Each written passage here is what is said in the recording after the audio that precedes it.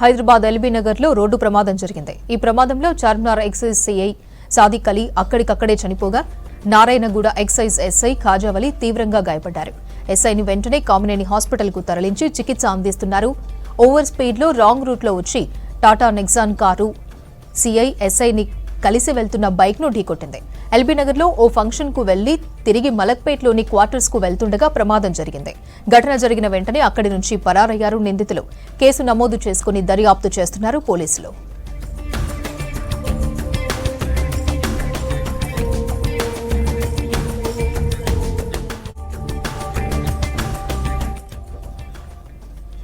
ఘటనకు సంబంధించి మరింత సమాచారం రత్నకుమార్ అందిస్తారు. Ratnakumar, over to you.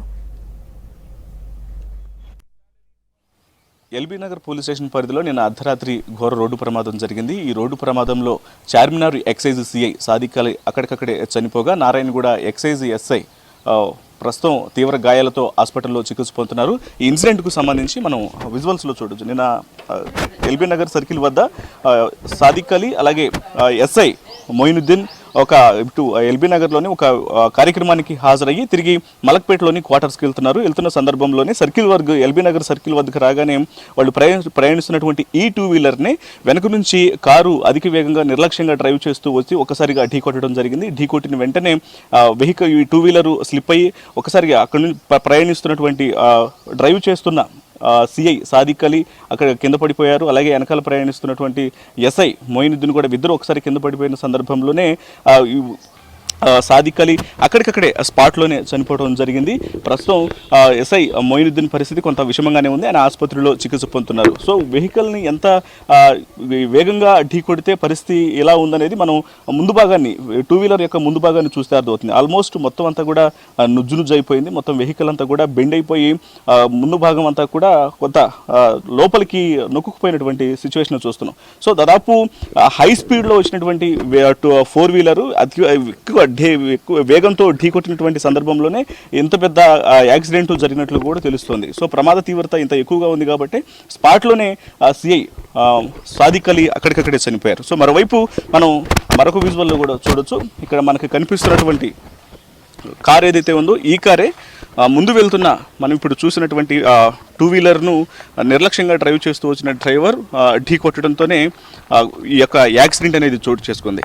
So ఈ ప్రమాదం జరిగిన తర్వాత కనీసం ప్రయాణిస్తున్నటువంటి ఆల్రెడీ యాక్సిడెంట్కు గురైనటువంటి వ్యక్తులు ఎలా ఉన్నారనేది కూడా లోపల డ్రైవ్ చేస్తున్నటువంటి వ్యక్తులు చూసే ప్రయత్నం చేయలేదు. అక్కడ నుంచి ఆ స్పాట్ నుంచి పారిపోవడం జరిగింది. ప్రస్తుతం ఈ యొక్క ఘటనకు సంబంధించి ఎల్బీ నగర్ పోలీసులు కేసు నమోదు చేసుకుని దర్యాప్తు చేస్తున్నారు.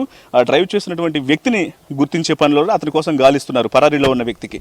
ఇక ఈ యొక్క ఫోర్ వీలర్కు సంబంధించి అసలు కొంత డీటెయిల్స్ని చెక్ చేసిన సమయంలోనే ఈ యొక్క వెహికల్ వినూషారెడ్డి అనే మహిళ పేరు మీద రిజిస్టర్ అయినట్టు కూడా తెలిసింది.